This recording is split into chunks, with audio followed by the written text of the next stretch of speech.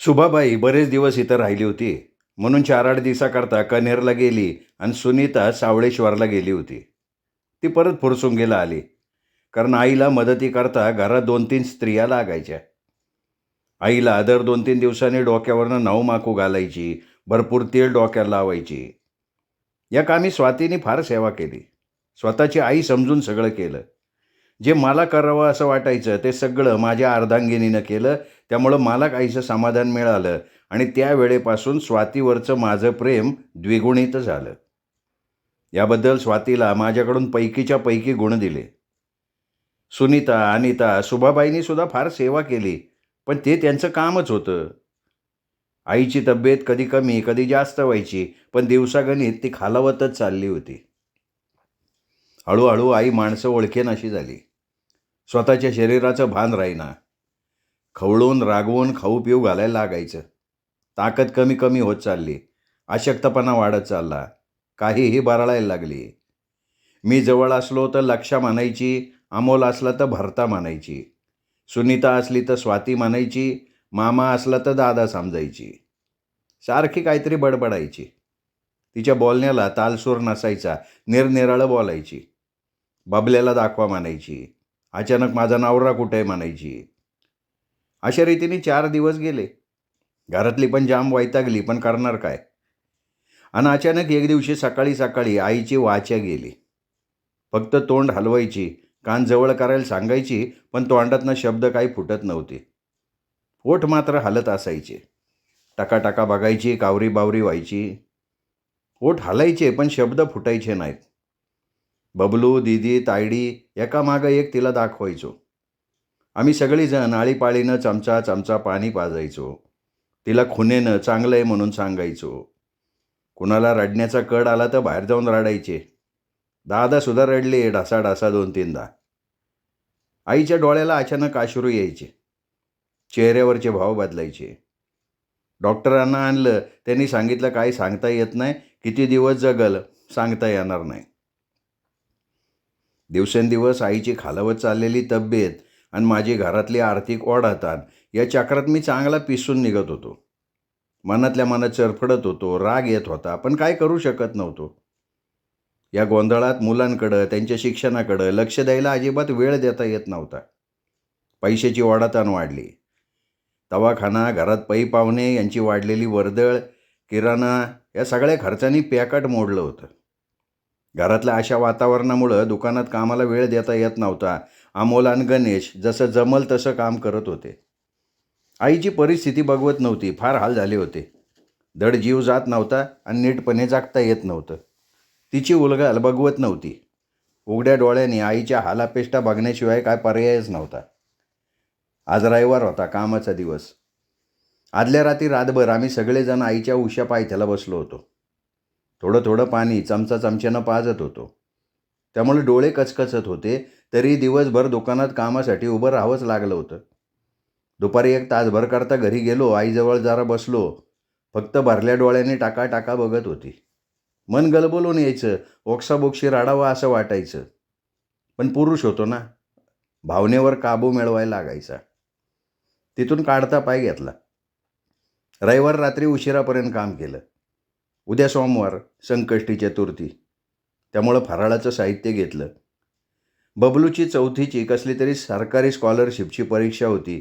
त्याच्याकरता शिसपेन्सिल, खोडरबर, पेन असं काय बाय घेतलं. रात्री उशिरा घरी पोचलो तेव्हा सगळेजण आईकडं बसले होते. सगळ्यांच्या चेहऱ्यावर गंभीर आणि घाबरट भाव पसरलेले दिसले. मी सुद्धा फार घाबरलो. काळजात चर्र आलं. नंतर कळलं आईची परिस्थिती आता तर फार खालावली. दिवसातून 2 वेळेस डॉक्टरला सुद्धा आणलं होतं. एकदा माने डॉक्टर येऊन गेले.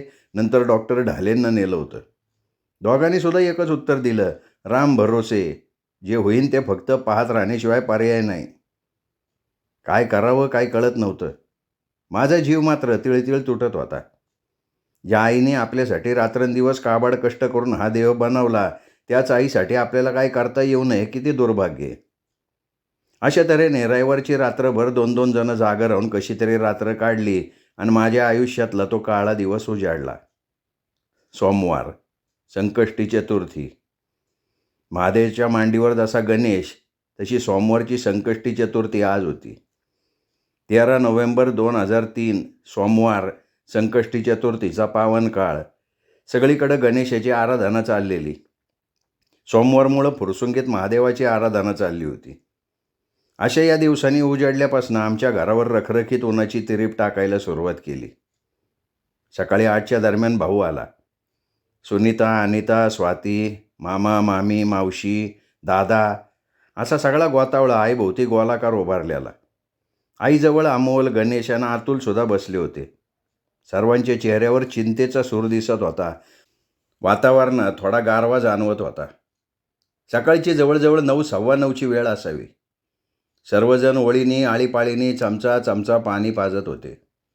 दादानी पाजलं, भाऊनी, सुनीतानी, अनितानी, मामानी, मावशीनी, मामीनी, अतुलनी, अमोलनी, गणेशनी सुद्धा चमचाभर पाणी पाजलं. शेवटी मी आणि स्वातीनी पाजलं. परत सुनीतानं चमचाभर पाणी तोंडात टाकलं. तसं घर करत पाणी बाहेर आलं आणि आईची मान एका बाजूला कलली. शरीर थंडगार पडलं. झालं, एका युगाचा अस्त झाला. आयुष्यभराची गरगर संपली.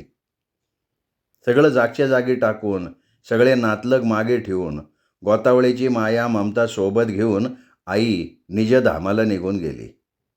एका क्षणात होत्याचं नव्हतं झालं. आई गेली, माझा गुरुच गेला. क्षणभर डोळ्यापुढं काजवे चमकले. सगळं अंधकारमय झाल्यासारखं वाटलं. आयुष्यात कितीतरी वाईट क्षण आले आणि गेले, पण या क्षणाची व्याप्ती शब्दात व्यक्त नाही करता येणार. जीवनात मी मात्र हवा पाण्या इतकी नवे त्याच्या अग्रक्रमी आईची किंमत होती. कशी का असेना, अडाणी, भोळसर, जुन्या वळणाची, पण ती आई होती. ज्याला आई नाही ना त्याला काही नाही. अन्नात मीठ, जीवनात नीट, बाळाला तीट, तशी जीवनात आईची किंमत. जे असतं त्याची किंमत कळत नाही. नसल्यावर कितीदी शोधलं तरी मिळत नाही. अशी ही माझी माय, ज्याच्याजवळ आहे त्यानं आयुष्यभर तिची किंमत केली नाही आणि आता गेल्यावर आर्त टाहो फोडून प्रेमाची उत्कंठा दाखवली. अशी वरवरची माया दाखवणारी दुरंगी माणसंसुद्धा या मैफिलीत होती. आज मला फमू शिंदेंच्या आई कवितेचा अर्थ झटक्यात समजला.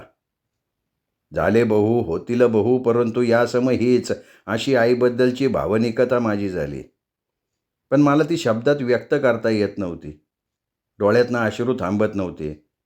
डोळे आपोआप पाणावत होते. प्रेम म्हणजे काय याचा अर्थ या क्षणाला समजला. एका कष्टमय युगाचा अस्त झाला. माझ्या आयुष्यातल्या गुरूचा अंत झाला. जीवनातून सगळे रंग सोडून गेले. अचानक जीवन निरंग वाटायला लागलं. जीवनातला सगळा रस संपून जीवन निरस वाटायला लागलं. जीवन असून नसल्यासारखं वाटायला लागलं. ज्या वेळेला माझ्याजवळ काहीच नव्हतं त्यावेळेला माझ्याकडं कस्तुरीसारखी माझी आई होती. मी किती लांब असलो तरी आई नावाच्या कस्तुरीचा दरवळ जाणवत राहायचा. त्यामुळं मी बिनधास्त असायचो. एक पुंजी माझ्याजवळ आहे असा मला भास व्हायचा.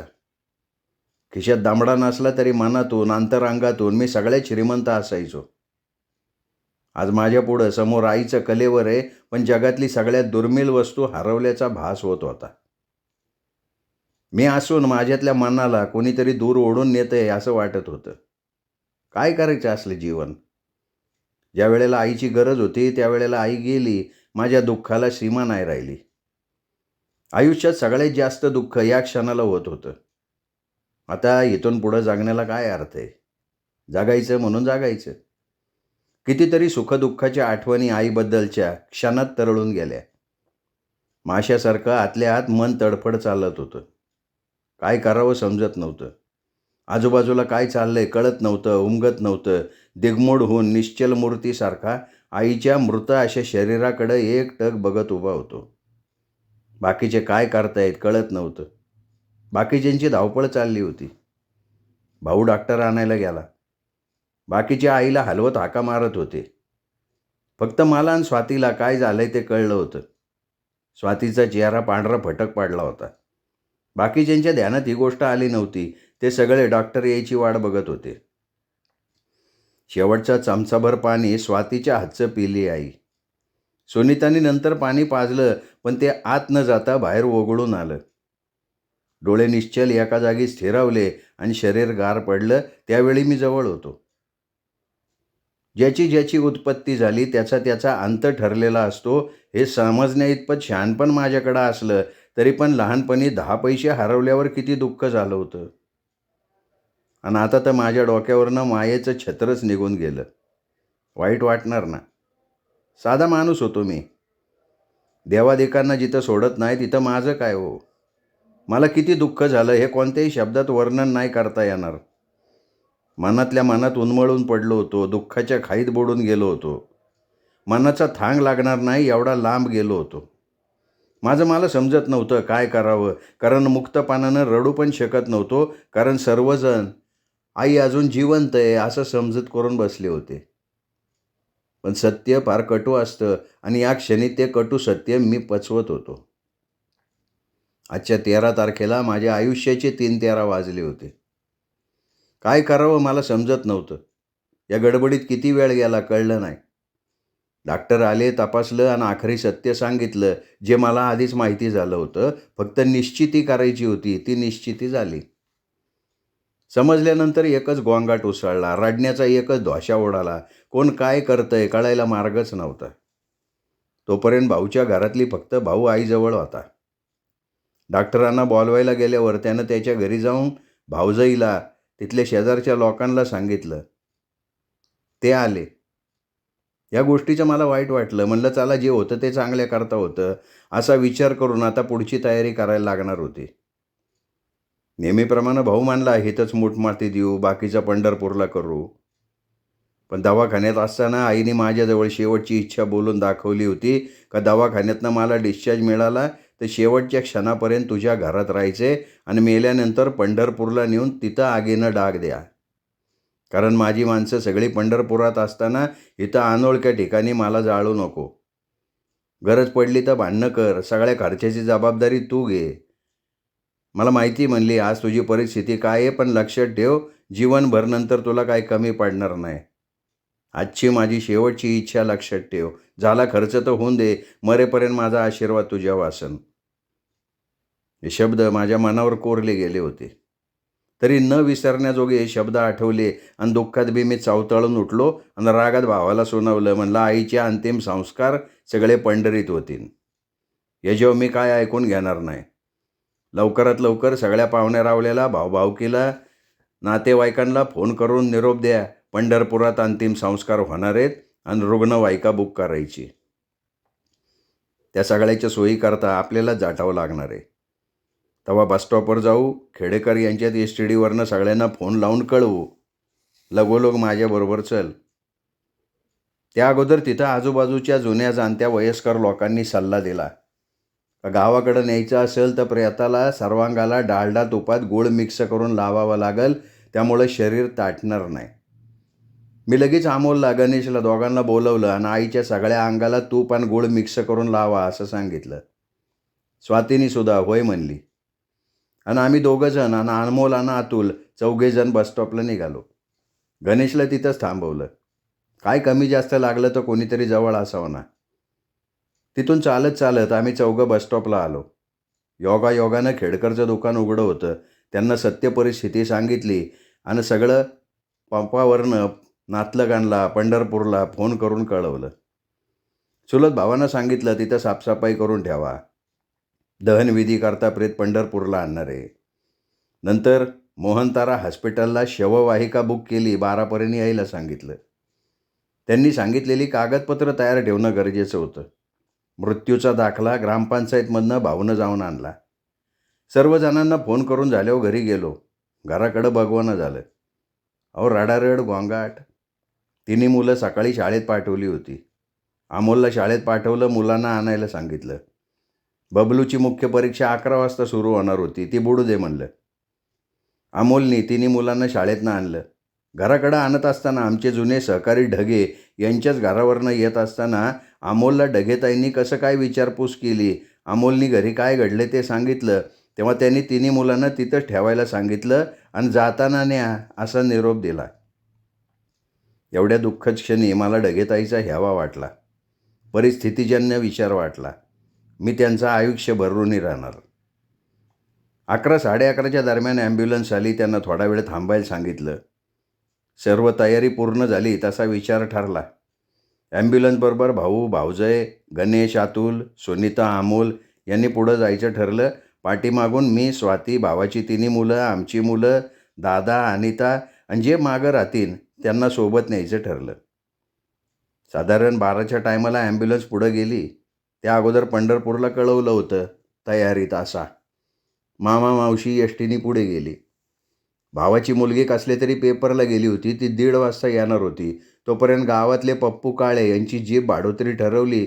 दुपारी 1-1:30 निघायच्या तयारीने यायला सांगितलं. तेवढ्यात सुभाबाई आली. फलटणकर जोडी आली. घरातली सगळी आवरावर केली.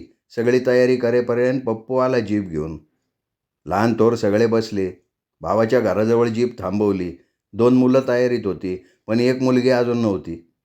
त्यामुळे थोडा वेळ थांबायला लागलं. थोड्या वेळात ती आली. ती तयारी करून आली तोपर्यंत 2 वाजून गेले. लय राग आला होता, पण करणार काय. बसलो. जीप चालायला लागली. ड्रायव्हर पप्पू स्वतः आला होता. अशी मस्त गाडी चालवली, बोलायला जागाच नाही ठेवली. मध्ये भिगवणला थोडा वेळ थांबवली. दादांना गोळ्या खायच्या होत्या. उपाशी पोटी कशा खायच्या? मग चहा बिस्किट खायला लावलं. दादाबरोबर सगळ्या लहान मुलांना दिलं. बाकीच्यांना चहा प्यायला दिला. एका पंपावर डिझेलनं टाकी फुल केली. पप्पूला 300 रुपये खर्चाला दिले. राहिलेला हिशोब आल्यानंतर बघू म्हणलं. तो बरं म्हणला. मला माहिती होतं तिथं गेल्यावर याच्याशी काय बोलता येणार नाही, म्हणून अगोदर पूर्ण तयारी करून टाकली. संध्याकाळी दिवे लागणीच्या वेळेला जीप पंढरपुरात पोचली. जसजसं गाव जवळ यायला लागलं तसा कंठ दाटून यायला लागला. कोण कोणाशी बोलत नव्हतं. सगळ्यांच्याच भावना अनावर झालत्या. सगळ्यांचे डोळे सुजल्यासारखे दिसत होते. सगळ्यांची मनं गैवरून आली होती. पंढरपुरात आलो आणि आईची लोकप्रियता, जनमनात आईबद्दल असलेलं प्रेम आणि आजपर्यंत आईने काय कमवलं याचं उत्तर हिथं आल्यावर कळलं. अहो, अख्खी गल्लीच काय, पंढरपूरच्या कानाकोपऱ्यातनं बरीच मंडळी जमा झाली होती. आम्ही राहिला आतल्या बाजूला गल्ली बोळात. वळणावळणाने 3-4 बोळ पास केल्यावर आमचं घर यायचं, पण डांबरी रस्त्यावर जवळजवळ 500-700 माणसं वाट बघत थांबलेली होती. मला आश्चर्यच वाटलं इथलं पब्लिक बघून, कारण आम्ही काय कोणी नावाजलेली मोठ्या घरची माणसं नव्हतो. मला वाटलं 5-50 नातलं, 5-50 शेजारी जमतील, कारण अंत्यविधीला उशीर होणार होता. पण तरीसुद्धा इतकी गर्दी जमलेली दिसली. आम्ही जीपमधनं सगळेजण उतरत होतो तोपर्यंत शेजारी पाजारी महिला, सुभा आणि त्याला कावटाळलं, रडायला लागल्या. जुन्या आठवणींना ऊत आला. कोण काय बोलतंय, कोणी नुसतं हंबरडा फोडतंय, काय कळना झालं. मतीच गुंग झाली. डोकं बधीर झालं. डोळे सताड उघडे होते, पण तोंडातनं शब्द फुटत नव्हता. ऊर भरून आला होता. कंठात आवंडा अडकून बसला होता. मला कळना काय चाललंय. 2-3 जणांनी मला धरलं, घराकडं चालवलं. रस्त्यानं गर्दी दाटलेली जाणवत होती. कुणी काय बोलत होतं. कानावर शब्द पडत होते, पण डोळे भरलेले असल्यामुळं माणसं अंधुक दिसत होती. प्रत्येकजण आईबद्दल चर्चा करत होतं. बायका चर्चेला ऊत आला होता. कुणी म्हणत होतं बाई भाग्यवान, आहेवपानाचं मरण आलं. कुणी म्हणत होतं आज संकष्टी चतुर्थी, या दिवशी मरण आलं, भाग्यवान आहे. कुणी म्हणत होतं किती वातावळा जमलाय, बाईने आयुष्यभर माणसं जोडायचं काम केलं. पैसा काय कामाचा, आज हे उद्या नाही. मोठमोठ्या मैत्याला सुद्धा इतकी गर्दी बघितली नाही. ही अशी वाक्य कानावर पडत होती. तसतसं बडबडून येत होतं. अजूनही आई गेली मानायला मन तयार नव्हतं, पण सत्य समोर दिसत होतं. जसजसं घर जवळ येईन ना तसतसं अंगात शिरशिरी यायला लागली. जसा अंगणात आलो तर समोरच आमच्या स्वतःच्या मोकळ्या जागेत पूर्वेकडं तोंड करून आईला बसवलं होतं. कपाळावर मळवट भरला होता. शांत झोपल्यासारखी दिसत होती. काय झालं कळलं नाही. अचानक मी हंबरडा फोडला. आई, मी आलोय ग, तरी अशी गप का बसली? इतके दिवस किती बोलायची. खास तुझ्याकरता एवढा गोतावळा जमलाय, तू मात्र गप बसली होय. कमीत कमी माझ्याशी 2-4 गोष्टी बोल की. तुझ्याशिवाय कोणाकडं माझ्या मनातलं बोलायचो मी कधी?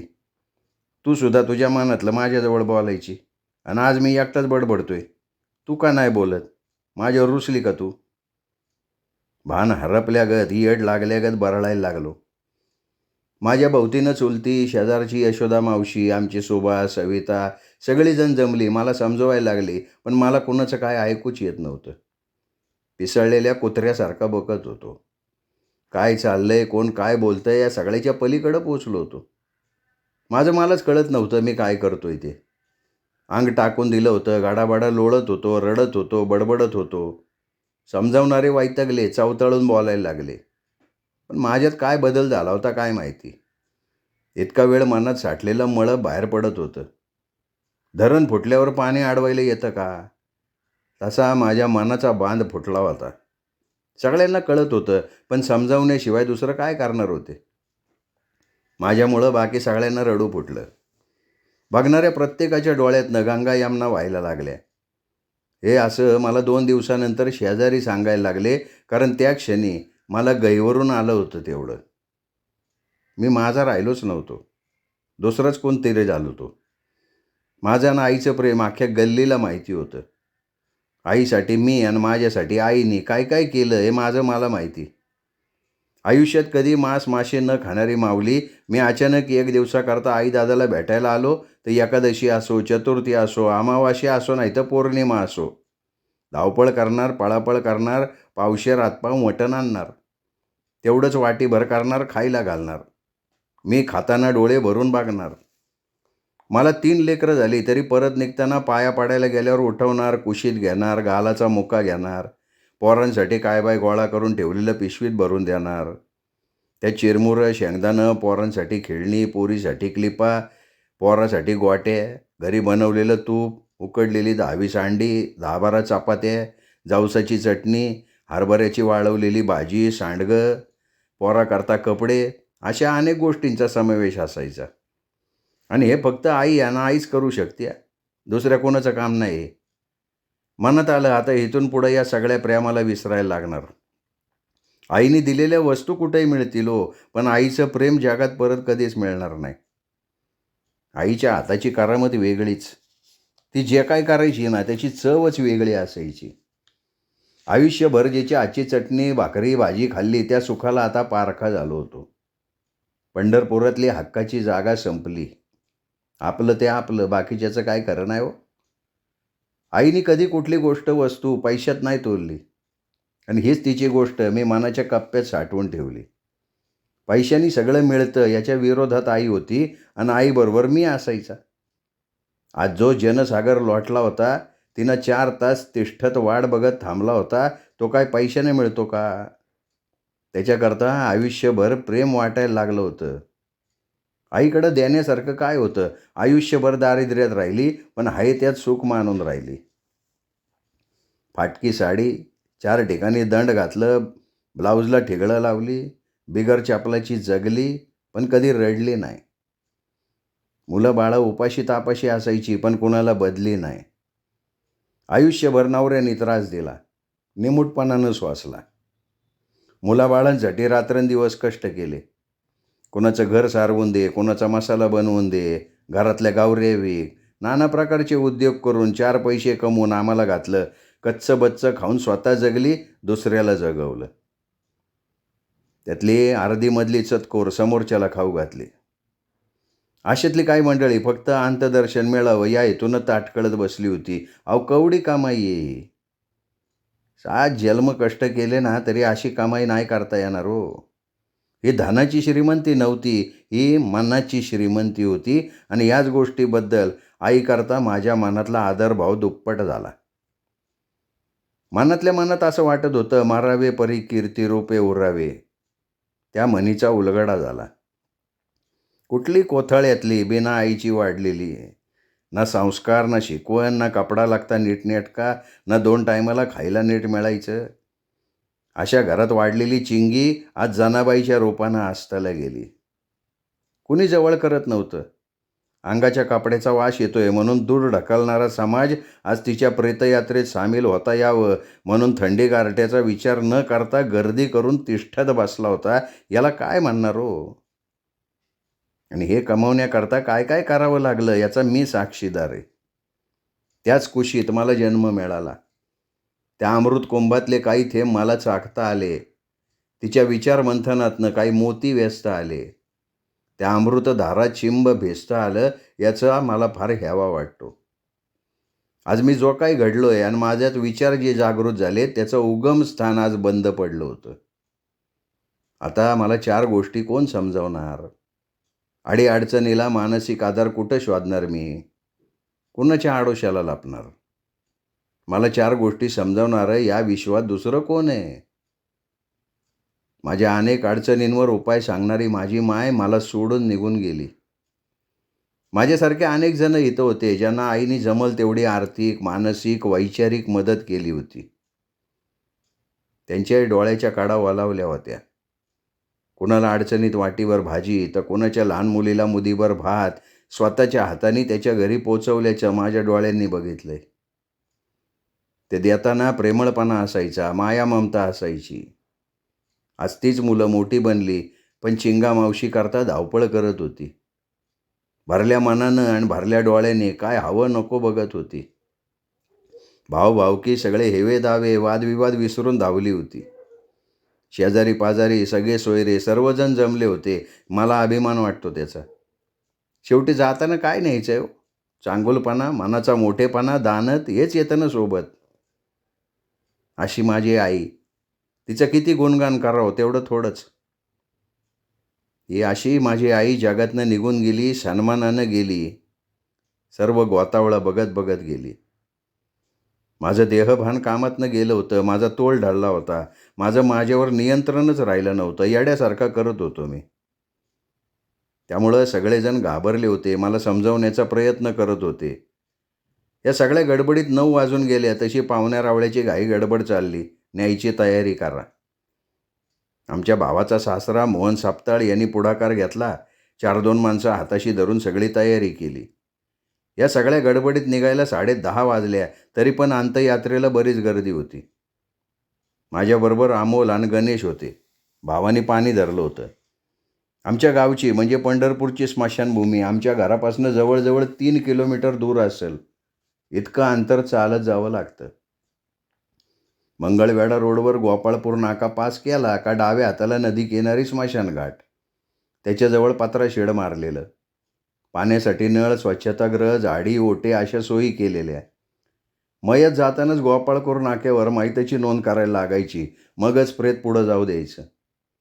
आमच्या चुलत भावानी सगळ्या सोयी चोख केल्या होत्या. त्याबद्दल त्यांचे आभार किती मानले तरी कमी. अंत्यविधी करता ब्राह्मण पण बोलावला होता. काहीतरी नक्षत्राचं बोललं जात होतं. आम्ही दोन्ही मुलं आणि दादा अशा तिघाकडनं ब्राह्मणांनी काहीतरी सोपस्कार मंत्रोच्चारात करून घेतले आणि रात्री जवळजवळ 11:30च्या आसपास आगीन डाग दिला. आयुष्यभर दारिद्र्यात होरपळणारा जीव शेवटी अग्नीत होरपळत होता. आता नाही येणे जाणे, आता कायमचे जाणे, असंच जणू त्या अग्निज्वाला भडकून सांगत होत्या. आयुष्यभर जिच्या सानिध्यात राहिलो, सुखदुःख उपभोगलं, वेळप्रसंगी मार खाल्ला, शिव्या खाल्ल्या, मायेने कुरवळून घेतलं, अशी व्यक्ती कायमची निघून जातीये हे बघताना हृदयात कालवा कालव होत होती. मनात आक्रोश चालला होता. जीव तिळतिळ तुटत होता. फार वाईट वाटत होतं. आई कोणा म्हणू मी असं सारखं वाटत होतं. जीवनातले सगळे रंग जाऊन दुनिया रंगहीन झाल्याचा भास होत होता. पण तरी जिवंत जगायला लागणारच होतं. बहिणींचा आक्रोश हृदय पिळवटून टाकत होता. प्रत्येकजण एखादा प्रसंग रंगवून रंगवून सांगत होता. कडूगोड आठवणीचा इथंच शेवट होणार होता. काही केलंय आई गेल्याचं मन मानायला तयार नव्हतं. सर्व सोपस्कार उरकून आगीन डाग दिल्यावर 10-1 मिनिटांनी सगळे निघालो. बुधवारी सकाळी 15 तारखेला 8 वाजता सावडण्याचा कार्यक्रम आहे असं सांगितलं गेलं. अंत्यविधी उरकून घरी पोचेपर्यंत रात्रीच्या 1 वाजून गेल्या होत्या. परंपरेप्रमाणे आंघोळ पाणी उरकून कडू घास काढला आणि आराम करायला सांगितलं. जमिनीवर रांग टाकलं पण डोळे कुठले मिटायला. दिवसभर एवढी धावपळ झालेली तरीसुद्धा डोळ्याला डोळा लागत नव्हता. आपोआप डोळे भरून मात्र येत होते. आईच्या आठवणी जागवत पडून राहिलो. माझ्या शेजारी अमोल, गणेश, अतुल सर्वजण होते. काहीतरी कुजबुजत होते पण माझ्या कानात काही जात नव्हतं. मी आपला विचारात पडून होतो. कधी डोळा लागला कळलं नाही. जाग आली तेव्हा चांगलं उजाडलं होतं. घरात माणसांची ये-जा चालली होती. कोणीतरी पाहुणा नाही तर पाहुणी यायची, 4 आठवणी सांगायची, रडारड व्हायची. परत सगळं घर चिडीचूप. पुन्हा कोणीतरी यायचं, पुन्हा पहिला पाढा 55. अशा परिस्थितीत दिवस गेला. तिसऱ्या दिवशी सावडण्याचा कार्यक्रम. पहाटे 5 पासनं आरडाओरड चालली होती. खरं सांगू, खरी रडणारे असा गोंगाट करत नसतात. त्यांना मनातनं दुःख झालं असतं. त्यांचा चेहरा मलूल होतो, डोळे बोलतात, पण त्यांच्या तोंडातनं एवढा आवाज येत नाही. पण रडण्याचा आव आणणारी जास्त असतात. अशीच काहीशी परिस्थिती इथं घडत होती. ज्याला खरोखर रडायचं नसतं ना, ते अशी अंग टाकून देतात, बेशुद्ध पाडायचं नाटक करतात, दातखिळी बसल्याचा बहाणा करतात, उघड डोळे पाडून एकटक बघत बसतात आणि त्यांना फार दुःख झालंय असं दाखवतात. चालायचंच. अनेक प्रकारची माणसं असतात दुनियेत. व्यक्ती तितक्या प्रकृती या उक्तीप्रमाणे जे जे घडेल ते ते पाहावे असं वागायचं ठरवलं. काही जण तर असं काय करतात. आमची एक नातलग आली, येताना चांगली आली, तारा तारा. इकडं तिकडं बघत बघत आली. जसा मी दिसलो तशी माझ्या गळ्यात पडली, वरडायला लागली, असं कसं घडलं भरता, माझी चिंगी कुठं सोडून आला, मी येईपर्यंत दम नाही का निघाला, इतकं वय झालं का तिचं, असं कसं झालं, आपल्याला सोडून गेली, मला का नाही कळवलं, शेवटची भेट पण नाही झाली, अरे माझ्या कर्मा, आता काय करू, चिंगे कुठं गेली, हे असं म्हणून भोकाड पसरून वरडायलाच लागली. मला काय कल्पना नाही, मी बेअसावत बसलेलो, मला काय माहिती असं काय होणार आहे. तिचे प्रश्न पण असे की ज्याची उत्तरं कोणाला देता येणार नाही. फार हडबडून गेलो. प्रश्न बघा, असं कसं घडलं. आता मला काय माहिती. दुसरा, माझी चिंगी कुठं गेली. आता सगळ्याला माहिती मिळाल्यावर माणसं कुठं जातात. मला कसं कळणार हो. आता 60 झालेली माझी आई आणि ही विचारती इतकं वय झालं का. आता सगळ्यांना कळलं होतं, हिला काय बँडबाजा लावून कळवायचं होतं का आम्ही. आज रोजी माझी आई मेली तेव्हा तात्काळ तिच्या भेटीला यावं हो. काय माणसं कशी वागत्या त्यांचं त्यांना तरी कळतंय का. पण मी आपला गप राहिलो.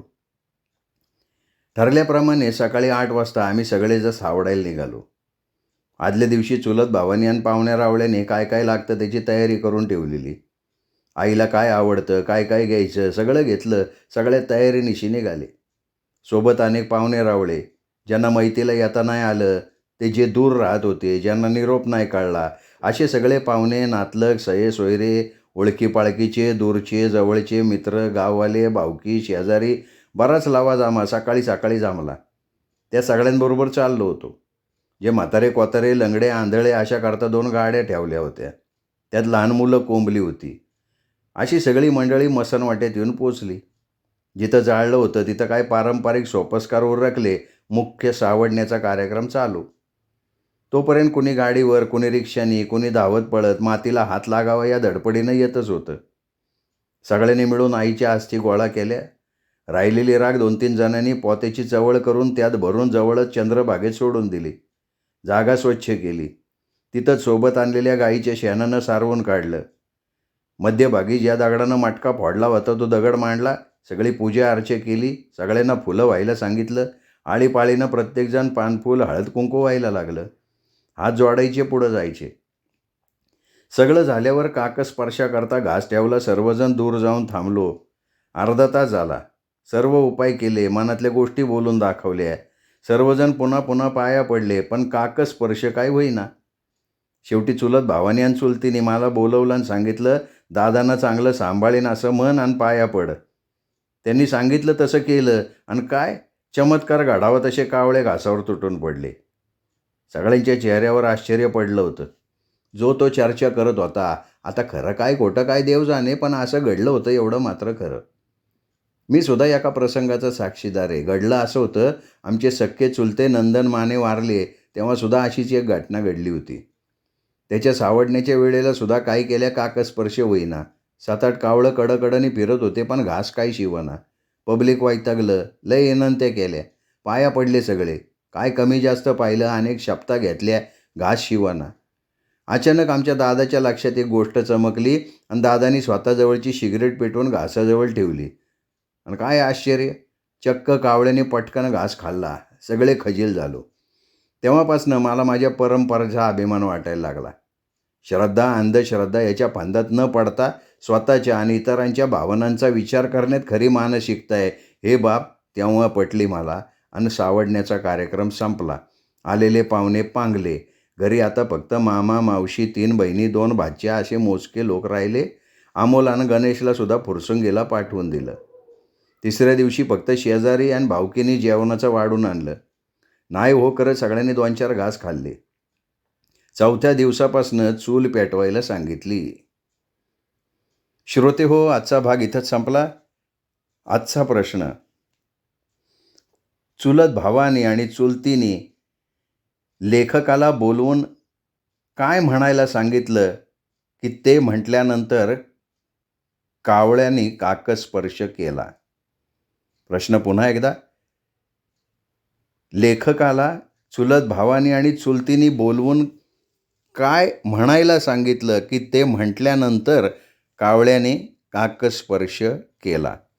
पटकन कमेंटमध्ये जा, कमेंटमध्ये उत्तर लिहा आणि भेटूयात उद्या पुढचा भाग ऐकण्यासाठी साहित्य पंढरी कथाकथन चॅनलवर. नमस्कार.